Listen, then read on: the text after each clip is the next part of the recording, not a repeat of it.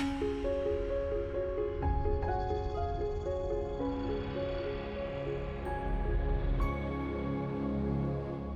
everyone, welcome to another episode of the Imperfect Show. I'm Susanne, this is Jeremy, and we're here this week just to kind of talk about the idea, maybe even the importance of remaining. And this is something that we've talked about quite a bit. And I feel like in a world where we maybe get, even especially now, get uncomfortable very easily with the situation in which we find ourselves in, maybe the life stage, maybe the place that you live, maybe in a relationship, starts to get a little bit uncomfortable. And the first thing we want to do is we want to leave. We think maybe the grass is greener on the other side, and we want to move on and move past our situation quickly, or even move away from our current maybe actual physical location. And so this is something that we've talked about quite a bit, the two of us, but then also seems like a lot of conversations we're having with other people. And so it's something we wanted to bring to you, and just to kind of talk today about that word remain and what that means, maybe the importance that it can have for you in your life, and just the act of remaining until sometimes when we kind of get that inclination of I need to go somewhere else, or I need to move, sometimes you do need to move, and you do need to go somewhere else or do something else, but sometimes maybe just when something gets a little uncomfortable, and this is kind of what we want to talk about today. If you find yourself in a situation where you are feeling a little uncomfortable or you're starting to struggle, that doesn't necessarily always mean it's time to move on. It's time to relocate. It's time to get away from that relationship. Sometimes it means we should just stay where we are and persevere through, maybe adjust a little bit, but remain in the place where we are for a little bit longer or for forever. Yeah. This conversation falls into the category of just trying to be an encouragement to you, and kind of preface this with, clearly there are times when you need to go. If you are in an abusive relationship, if you are in an economic situation where your only real financial option is to move or to change or to get a new job or whatever it is, clearly those are very obvious times where you need to go. And really what we're talking about are more those times when you find yourself at a place in your life where you just don't want to be where you are anymore. It's not about you have to go somewhere in order to survive, or you have to get away in order for your own safety. It's not about any of those things. It's you're not happy with where you are, and you have come to the conclusion that you need to go. I've had the opportunity through ministry to kind of walk through the season of life with a number of people after they've lost a loved one, and particularly when they've lost a spouse. And one of the interesting things that I've seen every time someone goes through that, every time I've had an experience with someone that's gone through that, they go through the initial process of grief, and really the next first thing they want to do is get away. They want to quit their job, have a new job, find a new job, move away. They want a change so badly in their life that they're going to really abandon everything that that they have. That's an extreme example, of course, but I think we can see that everywhere. We're in a world that's absolutely in turmoil, and the answer for a lot of people is get away, change, get up and move, leave your job, leave your spouse, leave your situation, whatever that is. And probably the worst thing you can do when you find yourself in a place of chaos, whether you've created it or you just happen to be in it, is to make the decision to go away. And again, go away could mean physical, it could mean emotionally, it could mean a lot of things. It doesn't mean necessarily run away. But that's probably the worst thing you can do. There is power in remaining. And anywhere you see someone who has found a tremendous amount of success in their lives or in their relationship, it's because at some point they decided to just stay. As a society, it seems like we're so uncomfortable with sameness and just doing the same thing, staying in the same place. We kind of want, something new and something fresh, and that all the time.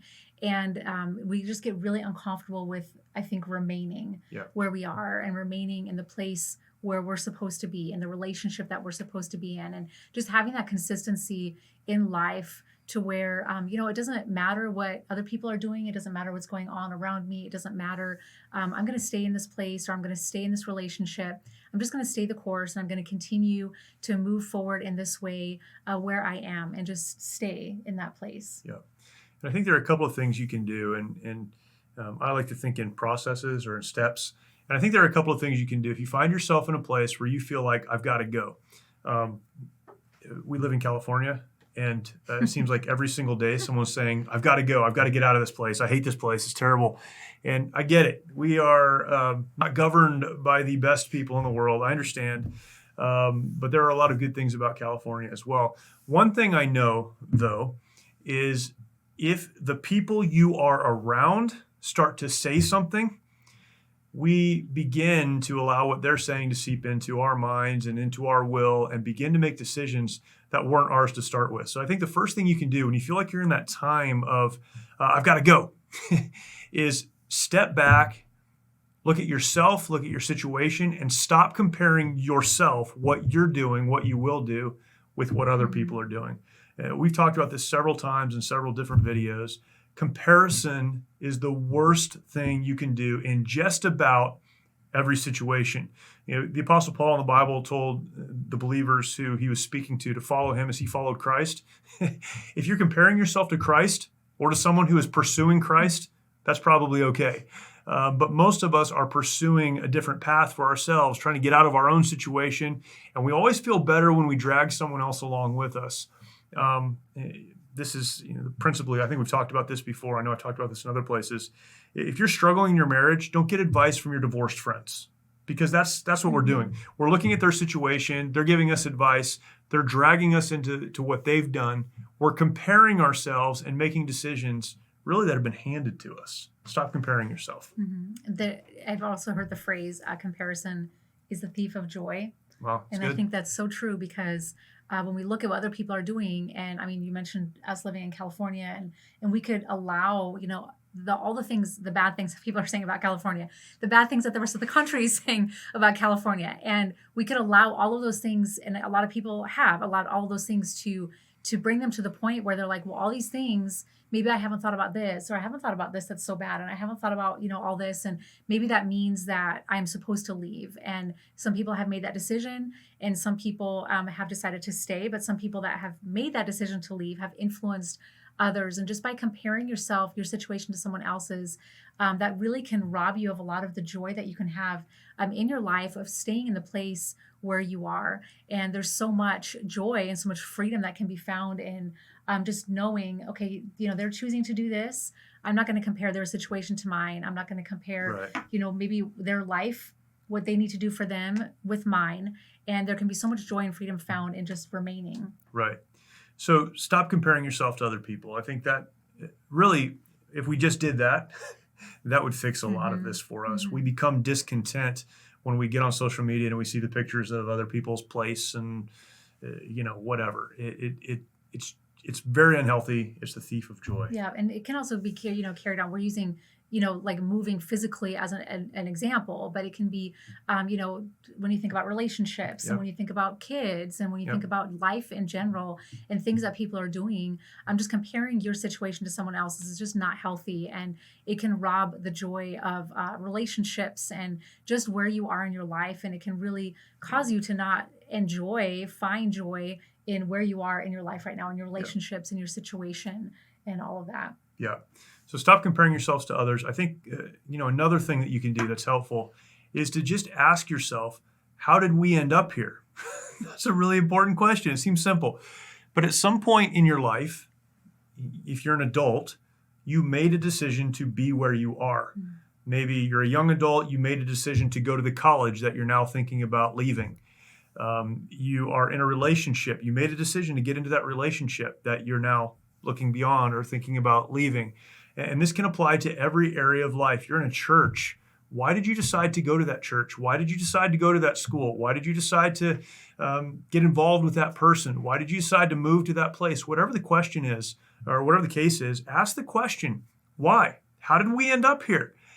And often I think in the midst of comparing ourselves to others or in turmoil that may come when we get to that place, I remember going to college and it was really fun for about a day and a half. And then we got the syllabus things that told us what we were going to have to do for work. And it wasn't fun anymore. And that's the time about the time most of us go, I don't think I want to do this. Maybe it was a mistake. We really go through this process of talking ourselves out of something. You need to back up and go, how did I get here in the first place? What was the process I went through to make these decisions? Is the reason that I came here still valid? And if it is, then you need to look past the emotion, past the feeling, past the comparison, past the pressure, and stay, remain. Our oldest daughter, Maggie, has been on this college journey for a few years. A few years. She's been going to junior college, trying to get all of the things in place for her to be able to transfer to college to get her bachelor's degree, and thinking everything was lined up for her to be able to do that this next semester, actually spring semester. She was hoping that she'd be able to do that, planning to transfer to another school, and in the process, and a lot of things that have been a little bit different now because of the COVID situation in which we find ourselves, and counselors not being available and all of that, it's now pushed back to next fall semester. And so in that whole process, she kind of made the statement, maybe this means that I'm not supposed to go to that school. Maybe it means I'm not supposed to do this. And I did have to stop her really quickly and say, that doesn't necessarily mean that. Right. Think about the process that you've been through to get to where you are now. Think about the decisions that you made. Think about what got you to where you are now. And just because there's a little speed bump, or maybe it's a little bit harder than you thought it was going to be to get to where you actually want to be, doesn't necessarily mean that that's not where you're supposed to go, or that you're not in the right place where you are right now. And so I think that's really important, just to step back for a minute and ask yourself the question, how did I even get here? And what decisions did I make to get myself here? And remind yourself, no, this is the right thing that I'm supposed to do. I'm in the right place. This is where I'm supposed to be, or not. But a lot of times, when we ask ourselves that, we'll realize that we are exactly what we're supposed to be. Yeah, that's right. Go through that process, and we overlook that sometimes. And then we begin to justify, well, I need to leave this relationship, or leave this job, or leave this school, or leave this whatever. I need to move away. I need to go away. Because of forgetting the reason that we went there in the first place. Don't compare yourself to others. Step back and ask the question, how did I get here? What is it that brought me to this place? The next thing, and this is kind of two things, but they're connected. You need to spend time asking God what he wants you to do. We get so wrapped up in what we want to do or what we feel, and often we use how we feel to be the leading of God. Well, I feel this way, so God must want me to. Have you asked him? Spend some time in prayer, asking God what he wants you to do. Before you do anything, spend time asking God what he wants you to do. Spend time reading the Bible.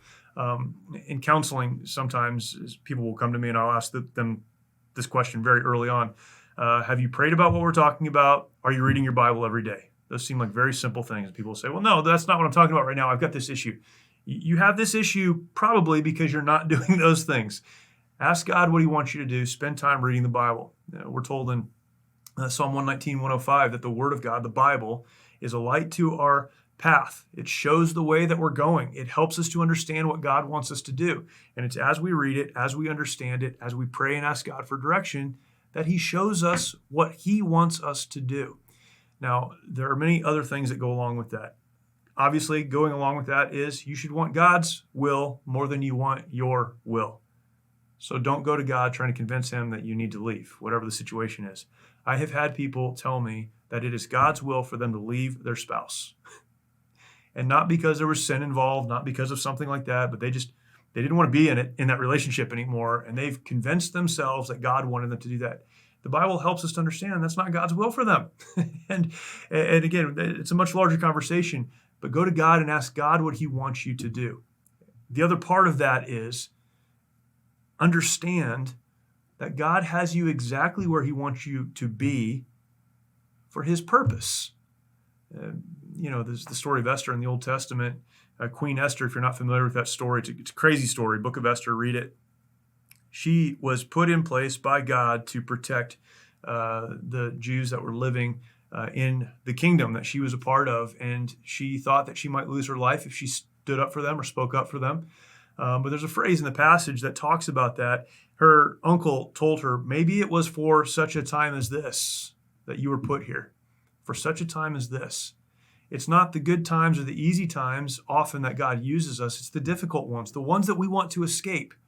And maybe God brought you to the place where you are right now. Again, it can be a relationship. It can be a job. It could be a school. It could be a physical location, whatever it is. Maybe God put you there not so that you would worry about how long you were going to have to be there and plan your exit, but because he has something for you to accomplish while you're there. Lean into that and let him to do what he wants to do with you in that place.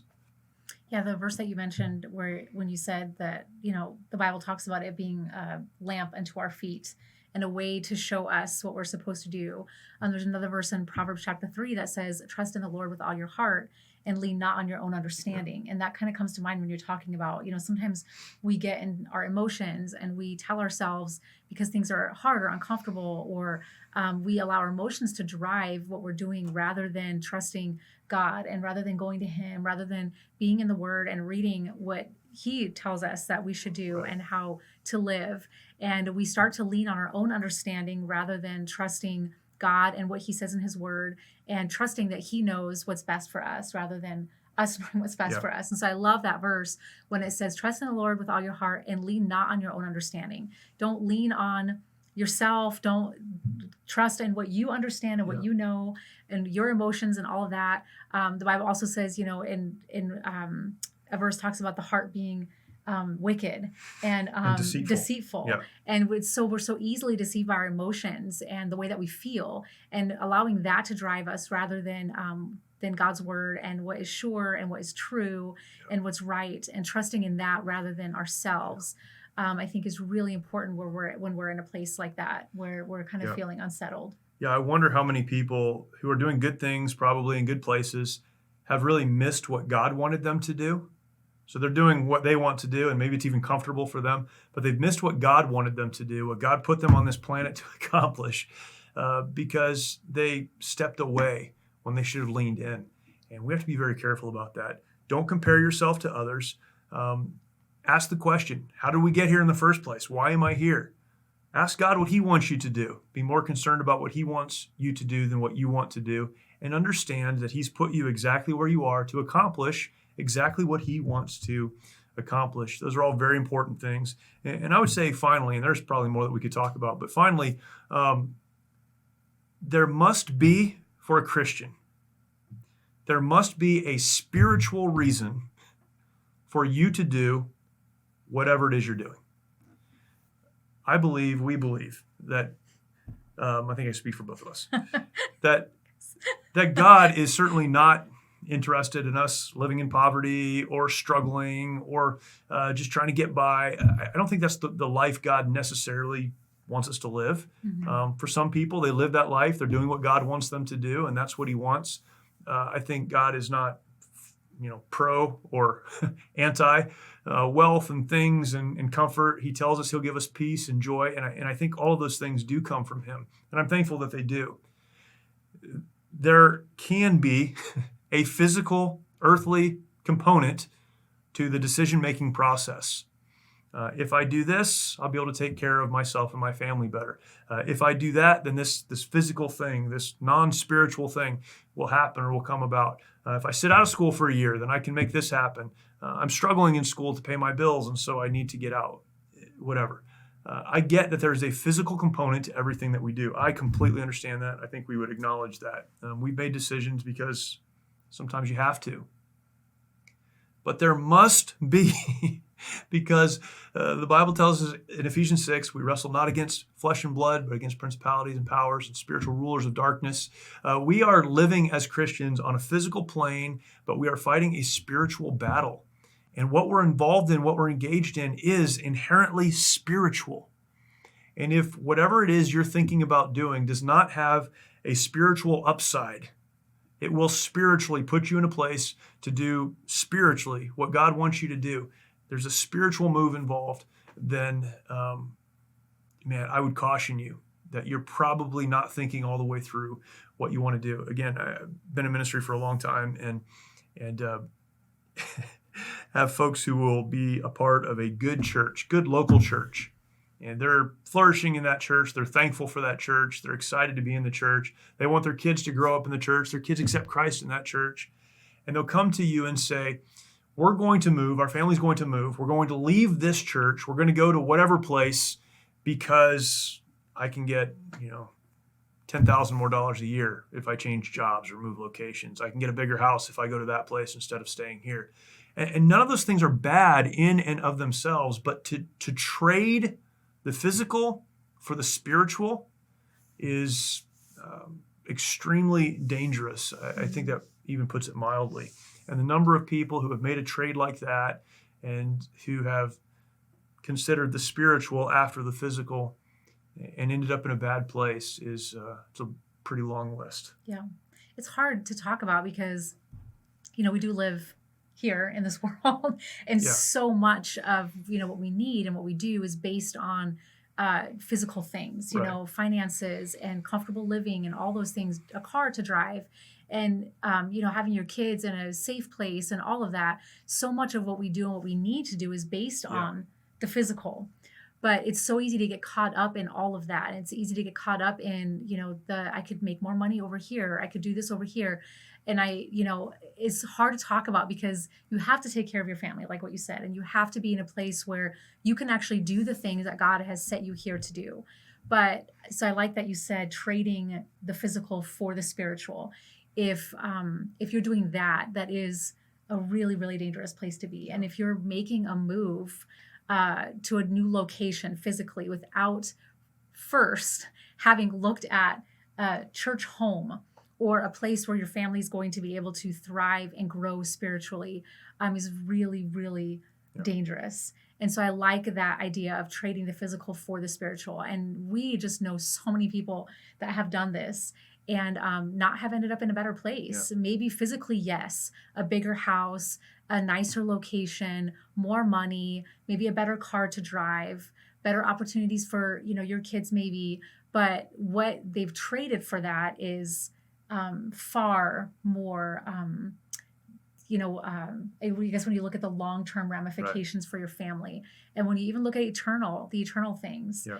And so this is such a huge, I think, topic. This one specifically is being focused on the spiritual and being focused on the spiritual reasons for why you're making the decisions that you're making is really, really important. And not just for you and for your kids, but also for generations coming behind you as well. Because the choice that you make, whether it has to do with a physical move or a relationship move or a job or something like that, will have long-term consequences for the people coming behind you and the people coming after you and all of that. And so it is just with great carefulness and caution and all of that you should make a kind of, when you decide to move in any way in your life, rather than remain, that's something that you should really, really think about, considering the spiritual before any kind of physical comfort or anything like that. A number of years ago, I had the opportunity to go on a missions trip to the Philippines, and the church that we went to has a Bible Institute, and they train young people who live in the Philippines for one purpose. And we think Bible college here, and you can do a lot of things going to Bible college, Christian college. For there was one purpose. They were training these young people to know how to take the Bible and teach other people the Bible and start churches throughout the Philippines. That was the whole purpose. And these young people would come and they'd stay at the college campus. And again, we use that word campus very differently than they used it. It was a building, and underneath the building, there was a space. You can think about a basement or something like that, but it's not a large space, even like a basement. That's where the beds were that they slept. It was just out of the weather. They ate very little to get by because there just is not a lot of money to train. But none of that was a decision based on the physical. It was all a decision for those young people based on the spiritual. They decided that they wanted to first engage with the spiritual. They would also meet the needs of the physical. But it had to start with, what does God want me to do? That's the most important thing. And then I'll move from there. And again, this is not to say that everyone needs to do that. I mean, there are people across the economic spectrum that are serving God in a very real way, and I'm very, very thankful for that. What it is a caution to consider what is real before you just move on what you can feel, what we think is real, what we perceive to be real. What's real is that which is eternal, and that's the spiritual. And we have to be very careful. And I think that's why we've talked about this, like the idea of, a dream job or a dream house or a dream location. I think it's just really difficult. It kind of always rubs me the wrong way when people use those words, because what should that be for you? And I just don't mean people. I'm talking about like Christian people that say they have a relationship with Christ and they're here on this earth. There's a reason that we're here. And really the sole reason that we're here is to give glory to God. Yeah. But then also to tell people about him and to tell people to know how they can also have a relationship with him, so they can spend eternity not separated from him, but with him. Right.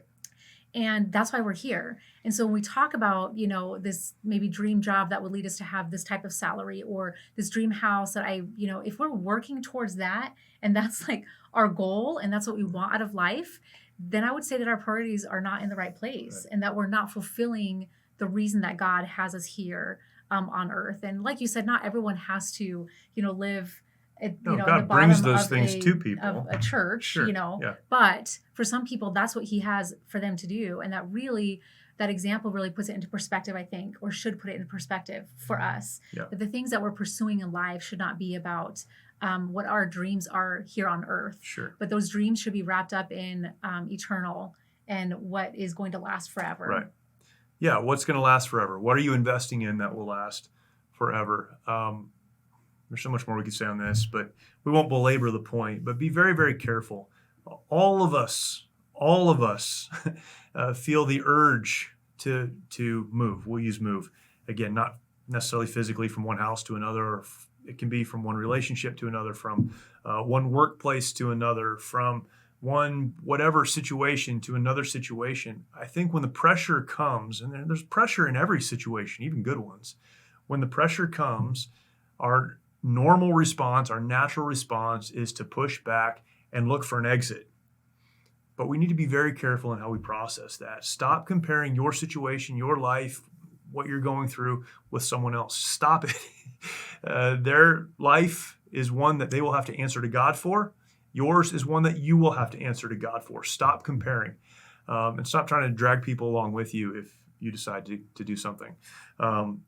So stop doing that. Ask the question, how did I get here in the first place? What was it that motivated us to come to this place? Sometimes we just need to remember, maybe get out the phone and look at the pictures of where we were and when we got here and what we were trying to accomplish. I don't know what it is for you, but remember what it was that took you there. Spend time asking God, what do you want me to do? And this isn't trying to convince God that you're right and he needs to go along with it. Stop. If you have to act right now, you have to move right now, you're going to make the wrong decision. Stop. Spend some time asking God what he wants you to do. Be more concerned about his will than yours. And then understand that when God shows you what he wants you to do, and by the way, that may mean go somewhere else.